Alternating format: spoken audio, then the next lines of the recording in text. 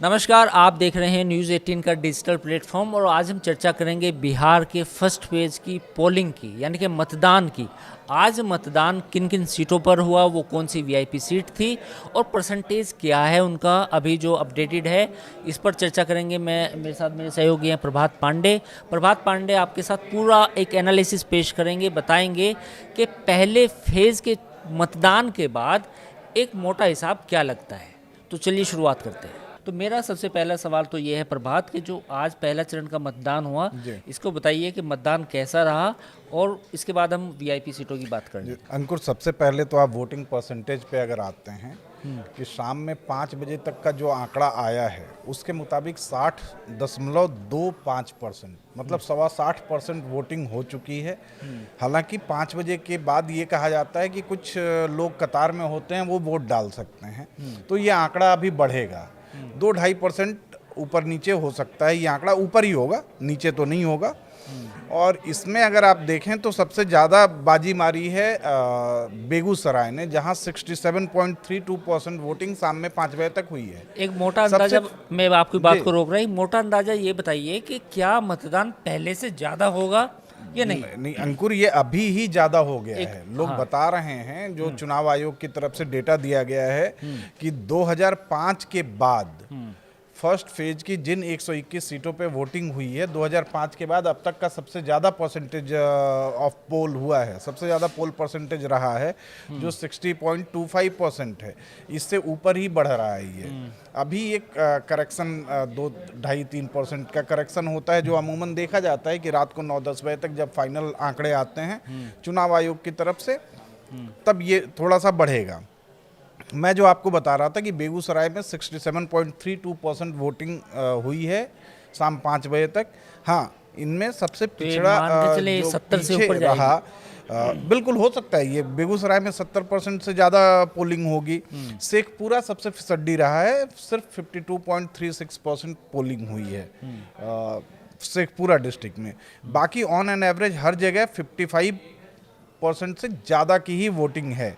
मतलब मधेपुरा में 65.74 है, सहरसा आपको 62.65 है, इसी तरह दरभंगा 58% है, मुजफ्फरपुर 65% है। लेकिन अक्सर तो ये बात अगर जो कहा जाता है कि जब भी तो मतदान ज़्यादा होता है तो कुछ इशारा करता है वो किसी चीज़। नहीं अंकुर, आप ये ट्रेंड पिछले कुछ सालों में बदला है। पहले हम लोग बिल्कुल ये चर्चा करते थे, पत्रकार मित्र चर्चा करते थे कि वोटिंग बढ़ा मतलब एंटी इनकम्बेंसी, सत्ता विरोधी लहर, लोगों ने गुस्से में जाके सत्ता के खिलाफ वोट डाला। लेकिन आप पिछले कुछ चुनावों को अगर देखेंगे तो पोलिंग परसेंटच बढ़ना, इसका मतलब ये कतई नहीं लगाया जा सकता कि ये एंटी पर खैर इनकम्बेंसी है। अभी ये तय तो ये तो मतगणना के दिन ही पता चलेगा जी बिल्कुल क्या होगा। लेकिन अभी बाकी चीज़ों के बारे में बताइए। अब आपको मैं बताऊं कि आज जिन सीटों पे चुनाव हुए हैं उनमें नीतीश सरकार के मौजूदा कई मंत्री, इनफैक्ट कि 2 डिप्टी सीएम सम्राट चौधरी और विजय सिन्हा की किस्मत आज लॉक की है वोटर्स ने, जो महागठबंधन की तरफ से मुख्यमंत्री पद के दावेदार हैं, मुख्यमंत्री पद के चेहरा हैं, घोषित चेहरा हैं। तेजस्वी यादव, उनकी किस्मत लॉक हुई है, राघोपुर सीट। अच्छा, राघोपुर की अगर आप देखें ना तो बड़ा दिलचस्प मुकाबला है। हालांकि तेजस्वी 2020 में वहाँ से जीते, ये उनके लिए अच्छी बात रही, लेकिन इस बार उनका मुकाबला जो है सतीश प्रसाद से है, और ये वही सतीश प्रसाद हैं जिन्होंने 2010 में राबड़ी को हराया था वहाँ से, राघोपुर से। राबड़ी 2010 में चुनाव हार गई थी। ये सतीश प्रसाद अभी फिर बीजेपी की तरफ से मैदान में हैं, तो वहाँ का मुकाबला बड़ा कांटे का है। अच्छा, एक सीट और मैं बात करना चाहूँगा महुआ की। महुआ से तेज प्रताप यादव चुनाव लड़ रहे हैं और तेज प्रताप यादव ने अपने चुनाव के आखिरी टाइम में खूब हेलीकॉप्टर आसमान में उड़ाए। देखिए, कल एक ना बड़ा कल या परसों का एक बड़ा वीडियो वायरल हो रहा है, जिसकी चर्चा मैं यहाँ करना चाहूँगा कि पटना एयरपोर्ट की वो तस्वीर का वो वीडियो है। दोनों भाई आमने सामने होते हैं, और अगर आप उस वीडियो को देखेंगे, एनालाइज करेंगे, तो तेज प्रताप और तेजस्वी दोनों एक दूसरे के आमने सामने हैं, थोड़ी दूरी पे हैं। तेज प्रताप वहाँ खड़े होकर देख रहे हैं भाई की तरफ कि भाई कोई इशारा करे, कोई हैंड वेव करे या एक स्माइल ही पास करे और मैं कुछ बोलूं, उससे बात करूं। उनके साथ जो व्यक्ति खड़ा है वो कहता भी है कि क्या आप दोनों में बातचीत नहीं हो रही है आजकल। वो उसकी बात को उड़ा देते हैं, हंसी में हवा में उड़ा देते हैं। ये एक बड़ा मार्मिक, बहुत ही मार्मिक ये तस्वीर थी। हाँ, अब बात कर लेते हैं सियासी मुकाबले की। तो महुआ में यहाँ त्रिकोणीय मुकाबला है। एक तरफ तेज प्रताप हैं, उनका सीधा मुकाबला मुकेश रोशन से है जो आरजेडी के ऑफिशियल कैंडिडेट हैं, और उनके सामने एलजेपी के संजय सिंह हैं। तो ये त्रिकोणीय मुकाबला है महुआ की सीट पर। अब इसमें कयास तो ये भी लगाए जा रहे हैं कि तेज प्रताप जो है वो जीत सकते हैं, लेकिन तेज प्रताप ये कह रहे थे कि भाई मैंने मेडिकल कॉलेज बनवाया, इस बार मैं इंजीनियरिंग कॉलेज बनवाऊंगा महुआ में जी। तो ऐसा लग रहा है कि इंजीनियरिंग कॉलेज के अब ये वादे पे जनता कितना भरोसा कर रही है, क्या करती है, और किस वादे पर भरोसा करके उसने वोट डाला है, ये उस ईवीएम में बंद है जो 14 तारीख को खुलेगा। लेकिन ये त्रिकोणीय मुकाबला है। हाँ, एज मिलता दिख रहा है तेज प्रताप यादव को। ठीक है, तो हम मोकामा पर आ जाते हैं। मोकामा वो सीट है जिसकी चर्चा पिछले कुछ दिनों में आपने देखा होगा कि जितने भी मतलब बिहार इलेक्शन की अगर बात करें तो मोकामा बिहार ही नहीं, पूरे देश ही नहीं, बाहर भी लोग जान गए हैं। तो अंकुर, मोकामा की सीट पूरे इस बिहार चुनाव में 2025 में सबसे चर्चित, सबसे कुख्यात और सबसे हॉट सीट रही। हॉट सीट बन गई है। तो वहाँ पर क्या नजर आ रहा है आपको? देखिए, यहाँ पे मतलब मुकाबला अनंत सिंह और वीणा देवी, बाहुबली वर्सेस बाहुबली का मुकाबला कह रहे हैं। सूरजभान की पत्नी, सूरजभान की पत्नी है, सूरजभान खुद बाहुबली हैं, और दोनों एक ही समुदाय से हैं। मतलब अगर बिहार की कास्ट पॉलिटिक्स को आप देखें, कास्ट इक्वेशन को देखें, तो दोनों भूमिहार समुदाय से आते हैं। अब भूमिहारों के वोट में ही दो फाड़ हो गया है। भूमिहार मतलब करीब एक तबका ये कह रहा है कि भाई ये बिना मतलब में हम बदनाम हो रहे हैं, ऐसा नहीं होना चाहिए था। और जो लास्ट मोमेंट पे सारी चीज़ें हुई, दुलारचंद यादव की हत्या के बाद एफआईआर एक दुलारचंद की तरफ से कराई गई, उसके पक्ष से एक अनंत सिंह की तरफ से कराई गई, एक पुलिस ने की, 3 एफआईआर हुई, उसके बाद अनंत सिंह की रातों रात गिरफ्तारी होती है। अच्छा, मोकामा का तो पूरा चुनाव ललन सिंह ने अपने हाथ में ले लिया और आपने उनका वीडियो देखा होगा जो वायरल हुआ, काफिले का वीडियो, या जो उनकी अपील थी जिसपे कि एफआईआर भी चुनाव आयोग की तरफ से कराई गई, स्थानीय प्रशासन ने एफआईआर भी कराई। एक ये रहा। हाँ, आज पोल परसेंटेज और इन सारी चीज़ों को लेकर मतलब वहाँ बहुत टफ फाइट है, अनंत सिंह वर्सेस वीणा देवी। अच्छा। अब एज किसको मिलता है ये अभी कह पाना मुश्किल है। अब अगर आप देखें, एक लखीसराय की सीट पर चर्चा करना जरूरी है अंकुर, कि लखीसराय की सीट आज के दिन हॉट टॉपिक बनी रही। वो डिप्टी सीएम विजय सिन्हा की सीट है, जहां उनका मुकाबला कांग्रेस के उम्मीदवार, महागठबंधन की तरफ से कांग्रेस के खाते में वो सीट है, अमरेश कुमार सिंह को गई है। आज विजय सिन्हा ने आरोप लगाया कि उनकी गाड़ी पे पथराव हुआ, गोबर फेंके गए, उनको एक गांव में वो घुसने की कोशिश कर रहे थे अपने बूथ पे जाने की, उनको नहीं जाने दिया गया। वो वीडियो भी काफी वायरल हुआ, उनकी गाड़ी पे एक एमएलसी हैं आरजेडी के, उनके साथ भी अजय कुमार के साथ उनकी नोकझोंक भी हुई है। तो आज लखीसराय आज चर्चा का विषय बना रहा दिन भर, चुनाव आयोग मतलब वोटिंग के दिन। इसमें विजय सिन्हा और अमरीश का जो मुकाबला है, ये एक एज लेता दिख रहा है कि किधर जाता है और क्या होता है इसका। इसके बाद एक सीट और आपको चर्चा करनी चाहिए अंकुर, छपरा की सीट, सारण में छपरा सदर की जो सीट है उसकी, वहाँ पे मैं आपको बताऊं कि खेसारी लाल यादव आरजेडी के उम्मीदवार हैं। इनका सीधा मुकाबला छोटी कुमारी जो बीजेपी की कैंडिडेट हैं उनसे है।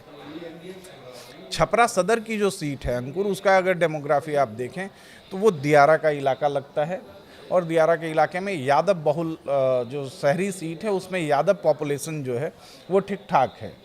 और यही वजह है कि खेसारी लाल यादव बड़े मुतमईन लग रहे थे कि सीट तो निकल जाएगी, लेकिन वहाँ भी इतना आसान नहीं है मुकाबला, वहाँ भी मिला के मुकाबला कठिन है किसी को भी। आज भी आपने देखा पूरे दिन प्रभात ने ट्रैक किया कि कहीं भी ऐसा नहीं है कि किसी एक पार्टी के पक्ष में ऐसा कुछ है, हर जगह कहीं ना कहीं मुकाबला फंसा हुआ है। अब हम बात करते हैं दानापुर की। दानापुर के बारे में बताइए कि वहाँ भी ललन सिंह से जब ये सवाल पूछा गया था कि भाई आप अनंत सिंह को क्यों सपोर्ट करते हैं, वो तो एक बाहुबली है, तो ललन सिंह ने ये जवाब दिया था कि रीतलाल यादव क्या है, रीतलाल यादव भी तो बाहुबली है, जाके पूछिए। तो वो रीतलाल यादव की सीट क्या लग रहा है आपको आज? अंकुर दानापुर सीट जो है अब तक यादव कैंडिडेट के लिए बड़ी सेफ मानी जाती है। ये पहले भी पिछले चुनावों का भी इतिहास रहा है कि यादव कैंडिडेट वहाँ हमेशा एक फायदे का सौदा होता है किसी भी पार्टी के लिए। इस बार वहाँ दो यादव कैंडिडेट में ही मुकाबला है। आरजेडी की तरफ से रीतलाल यादव हैं जो खुद बाहुबली माने जाते हैं, माफिया माने जाते हैं, और दूसरा मुकाबला रामकृपाल यादव से है। रामकृपाल यादव पूर्व आरजेडी नेता हैं, आरजेडी और लालू के कभी करीबी माने जाते थे। वो बीजेपी में आए और बीजेपी से वो सांसद भी रहे। इसके बाद इस बार बीजेपी ने उनको खुद ही मैदान में उतारा है, तो वहाँ का मुकाबला भी बड़ा दिलचस्प है।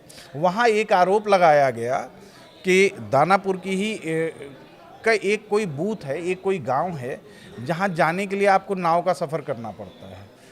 आरोप आरजेडी की तरफ से लगा कि प्रशासन ने जो प्राइवेट नाविक थे उनको बैन कर दिया कि आज नाव नहीं चलेगी वोट डालने जाने के लिए, और जो गवर्नमेंट अप्रूव्ड स्टीमर है वो दिन में एक फेरी लेती है। अच्छा, कुछ कुछ जगह ये खबरें आई हैं प्रभात में, देख रहा था सोशल मीडिया पे कि कुछ ऐसे इलाके हैं जहाँ वोट डालने के लिए आपको स्टीमर या बोट का सहारा लेना पड़ेगा, नाव का, तो उनकी संख्या कम दिखाई दी। आज कहीं ऐसी खबरें आई हैं? नहीं, देखिए कि प्रशासन की तरफ से ऐसी कोई व्यवस्था नहीं थी कि भाई लोग जल्दी जा सके। कई जगहों पे प्रशासन ने अच्छे इंतजाम किए थे, और ये चुनाव आयोग की जिम्मेदारी है, और चुनाव आयोग के नुमाइंदे के तौर पे ही स्थानीय प्रशासन पूरे चुनाव के दौरान काम करता है। तो दानापुर में भी ऐसी व्यवस्था थी। अब आरजेडी ने ये आरोप लगाया था कि जबकि ऐसा कुछ नहीं था, वहाँ स्टीमर की व्यवस्था थी, आप स्टीमर से जाइए।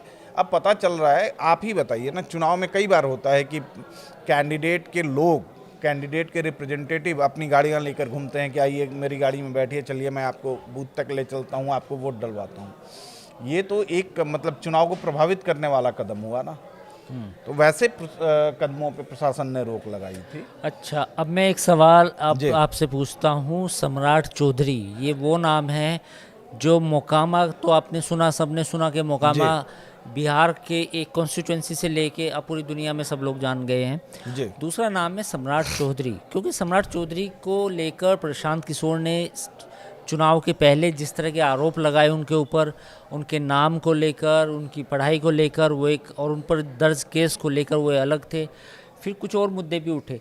तो अभी ये बताइए कि सम्राट चौधरी की सीट का हल क्या है? देखिए, सम्राट चौधरी तारापुर सीट से लड़ रहे हैं, और मैं अगर आज के पूरे 121 सीटों की बात करूं ना, तो उसमें तारापुर की सीट आज सबसे इंटरेस्टिंग सीट है। इंटरेस्टिंग इसलिए कि यहाँ पे सम्राट चौधरी का जो मुकाबला है वो सीधा सीधा प्रशांत किशोर की पार्टी के कैंडिडेट से है। वो हैं संतोष सिंह, जन स्वराज पार्टी के ऑफिशियल कैंडिडेट। अब सीधा मुकाबला क्यों है? वहाँ वो सीट वीआईपी के खाते में गई थी महागठबंधन की तरफ से। वीआईपी के जो उम्मीदवार थे सकलदेव बिंद, उन्होंने अपना नॉमिनेशन विड्रॉ कर लिया लास्ट मोमेंट पे आके। नॉमिनेशन विड्रॉ करने के बाद अब महागठबंधन के पास कोई उपाय नहीं बचा कि वहाँ कोई अपना दूसरा कैंडिडेट दे, क्योंकि उन्होंने लास्ट मोमेंट पे सारा कुछ किया। बीएसपी वहाँ फाइट में दिख रही थी कि एक तीसरा कैंडिडेट दिखे, तो बीएसपी ने ऑलरेडी सपोर्ट का अनाउंस कर रखा था कि हम सम्राट चौधरी को सपोर्ट कर रहे हैं। तो अब आप अगर देखिए कि वीआईपी ने अपना नॉमिनेशन विड्रॉ कर लिया, बीएसपी ने सपोर्ट कर दिया सम्राट चौधरी को, तो अब बच रहा है जेएसपी, जो बीजेपी कैंडिडेट सम्राट चौधरी के मुकाबले में है। तो ये यहाँ पे सीधा सीधा मतलब सम्राट चौधरी को एज मिलता दिख रहा है। तारापुर की फाइट में इलेक्शन थोड़ा सा आसान लग रहा है कागज पे। कागज पे बिल्कुल। अब जनता ने क्या बटन दबाया है, क्या किया है, ईवीएम में क्या गया है, ये तो 14 तारीख को ही। अब आप समअप कर दीजिए जो आपके पास। नहीं, देखिए, अभी एक दो सीट और आपको अंकुर मैं बताऊं कि आपको चर्चा करनी चाहिए। एक रघुनाथपुर सिवान की सीट है। रघुनाथपुर सिवान जिले की एक सीट है जहां ओसामा साहब आरजेडी के कैंडिडेट हैं। ओसामा साहबुद्दीन के बेटे हैं। सिवान जो पूरा गढ़ माना जाता रहा है कि वो साहबुद्दीन का गढ़ है, और कुछ डेमोग्राफी भी वहाँ की बताती है कि मुस्लिम कैंडिडेट के लिए रघुनाथपुर की फाइट बड़ी आसान हो सकती है। तो ओसामा का मुकाबला वहाँ जेडीयू के कैंडिडेट विकास सिंह से है, और जो पोलिंग परसेंटेज है वो मतलब एक कड़े मुकाबले का संकेत दे रहा है कि वो मतलब जनता का मूड जो है ओसामा की तरफ गया है कि जेडीयू की तरफ गया है। और आप देखिए कि बीजेपी ने रघुनाथपुर सीट को या पूरे सिवान को इतना फोकस किया है कि योगी मतलब स्टार प्रचारक योगी आदित्यनाथ की दो रैलियां कराई हैं सिवान में। एक तो रघुनाथपुर में ही थी, एक उसके बगल वाली सीट पे थी, और एक तीसरी रैली सिवान और छपरा के बॉर्डर पे कराई, जिसका कि पूरा का पूरा असर सिवान के सीटों पर पड़े, मतलब एक उसके लिहाज से। तो एक आपकी रघुनाथपुर की सीट हो गई, दूसरा आप दानापुर की चर्चा आप कर चुके, तीसरी एक सिवान की सीट जो है सिवान सदर की सीट, आप देखें कि वहाँ पे स्वास्थ्य मंत्री हैं और बीजेपी के पूर्व प्रदेश अध्यक्ष रह चुके हैं मंगल पांडे। इनका मुकाबला सीधे सीधे है अवध बिहारी चौधरी से, जो विधानसभा के पूर्व अध्यक्ष रह चुके हैं। मंगल पांडे बीजेपी के कैंडिडेट हैं और अवध बिहारी चौधरी आरजेडी कैंडिडेट हैं। पूरे सिवान को ये हम लोग मानते हैं, या पहले कई मौक़ों पे ये दिखा भी है कि वो आरजेडी का एकदम मतलब मजबूत किला माना जाता रहा है। साहबुद्दीन वहाँ से कई बार सांसद चुने गए। तो अब यहाँ पे मंगल पांडे का जो मुकाबला है अवध बिहारी चौधरी से, वो कितना आसान है या कितना मुश्किल है, ये पोल परसेंटेज इशारा कर रहा है। ये समझना कोई मुश्किल बात नहीं है, ये समझा जा सकता है। लालगंज की सीट पर अगर आप चर्चा करें तो लालगंज पे मुन्ना शुक्ला बाहुबली हैं। मुन्ना शुक्ला की बेटी शिवानी शुक्ला, उनका मुकाबला बीजेपी के संजय सिंह से है। शिवानी शुक्ला खुद को मतलब उन्होंने अपने इलेक्शन हलफनामे में लिखा है कि लंदन से वकालत की उन्होंने पढ़ाई की है, लंदन की एक यूनिवर्सिटी से, और वो अपने चुनाव प्रचार में भी इसको काफ़ी हाईलाइट करती रही हैं कि एक पढ़े लिखे कैंडिडेट को आप वोट देंगे, आप किसको चुनेंगे। तो एक ये मुकाबला वहाँ पे है। एक सीट और बचती है अलीनगर की, अलीनगर दरभंगा वाली सीट जो मैथिली ठाकुर वाली सीट है, उसकी चर्चा भी अंकुर आपको करनी चाहिए। अच्छा, इसमें एक सवाल में याद आ गया मेरे मैथिली ठाकुर से, जब ये पूछा गया कि आप क्या काम करेंगे सबसे पहले, तो उन्होंने कहा कि अलीनगर का नाम कुछ बदल के सीतानगर या जानकी नगर करने की बात, ऐसा कुछ नाम आया। बिल्कुल। अब देखिए, ये मतलब मुझे नहीं लगता कि मतलब मैथिली ठाकुर चुनाव को लेकर खुद कितनी गंभीर हैं, ये थोड़ा सा मुश्किल है कह पाना। मुझे नहीं लगता कि बहुत ज़्यादा गंभीरता से लिया है उन्होंने। हाँ, ये है कि पार्टी बड़े गंभीरता के साथ चुनाव लड़ रही है वहाँ पे। तो वहाँ मतलब अलीनगर सीट पे उनका मुकाबला आरजेडी के विनोद मिश्रा से है। मतलब दोनों ब्राह्मण कैंडिडेट हैं। मैथिली ठाकुर खुद मैथिल ब्राह्मण है, आरजेडी के भी जो कैंडिडेट हैं विनोद मिश्रा, वो भी ब्राह्मण कैंडिडेट हैं। वहाँ पे ब्राह्मण वोट का शिफ्ट, मतलब ये कॉन्फ्लिक्ट जो है वो मतलब इन दोनों में से किसकी तरफ ज़्यादा जाता है फ़ायदा, ये एक देखने वाली बात होगी। अच्छा, अब मैं आपसे एक लाइन में पूछूंगा या प्रिसाइजली पूछूंगा कि जो आपने डेटा कलेक्ट किया है कि भाई इतने इतने परसेंटेज वोटिंग हुई, और इसमें संभावित जो 7 बजे के बाद या 8 बजे के बाद जो डेटा और अपडेट होगा, और इवन पिछली बार तो अगले दिन तक भी अपडेट हो जाता है, तो जो भी अपडेट हो उस पर तो वो एक अलग बहस है।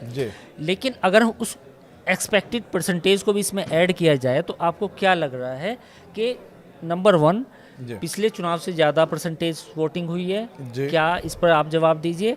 प्लस क्या इस डेटा को लेके कुछ मोटा हिसाब लगाया जा सकता है? देखिए, ऑब्वियस सी बात है कि 2005 के बाद हाईएस्ट पोलिंग परसेंटेज है फर्स्ट फेज की इन 121 सीटों पर। अभी जो डेटा हम लोगों के पास आया था 60.25 का, ये मैं मान के चल रहा हूँ कि इसमें इजाफा होगा करीब 5% का। ये 65 तो कुल मिला के प्रभात पांडे हमारे सहयोगी जो बिहार पर कड़ी नज़र रखते हैं, आपने उनके पुराने वीडियोस भी देखे होंगे, इनका अनुमान है 65% का, यानी इससे कि इसके ज़्यादा, आस ज़्यादा, ज़्यादा का, बिल्कुल। इससे भी ज़्यादा का। इससे ज़्यादा का, तो ये तो बड़ी 65% दिलचस्प से बात है, ज़्यादा मतलब हो सकता है। हाँ। वो भले ये तो फिर वो 65.25 हो, 65.5 हो, लेकिन 65+% ठीक वोटिंग है। का होगा। और जो आपने कहा कि इस पोल परसेंटेज पे आप क्या अनुमान लगा रहे हैं, देखिए बीजेपी तो दावा कर रही है, सम्राट चौधरी अभी थोड़ी देर पहले दावा कर रहे थे कि 121 में से 100 सीटें हम जीतेंगे, लेकिन 100 सीटें नहीं भी तो ये मुकाबला 50-50 का लग रहा है। फर्स्ट फेज में 121 सीटों में ये 50-50 का मुकाबला है। बड़ी कांटे की टक्कर रही है और कई सीटों का हाल जो हमने चर्चा की वो है, और कई सीटें ऐसी हैं जहां की फाइट हम मतलब जिसकी फाइट की हमने चर्चा नहीं की है, लेकिन वहां दिख रहा है ज़मीन पे। बिल्कुल, धन्यवाद प्रभात, आपने पूरा एक एनालिसिस किया, बताने की कोशिश की कि इस बार का जो परसेंटेज है वोटिंग का वो बढ़ सकता है, और वोटिंग का परसेंटेज अगर बढ़ता है तो इसका मतलब लोगों के अंदर वो उत्साह तो है। अगर हम फौरी तौर पे से ये बात ना कहें कि भाई लोग बदलाव के लिए वोट डाल रहे हैं, तो लेकिन ये बात तो कह सकते हैं कि भाई परसेंटेज बढ़ा है तो लोगों के अंदर कहीं ना कहीं चुनाव को लेके उत्साह है, एक जागरूकता आई है, जागरूकता भी आई है, और खासतौर पे लोग देखिए अपने सर के बाद, SIR के बाद लोगों में जागरूकता आई है और लोग ये मान के चल रहे हैं कि यार मेरा नाम है तो चलो हम एक वोट डाल नाम के है आते हैं। वोट डाल दूं कि पता चला कि कहीं वोट अगली बार कट ना जाए नाम जी। कि भाई आप यहाँ के वोटर नहीं हैं, तो एक ये भी बात हो सकती है। तो फिलहाल इस वीडियो में इतना ही, बाकी खबरों के लिए आप हमारे न्यूज़ चैनल पर और वीडियो भी देख सकते हैं। थैंक यू अंकुर। नमस्कार।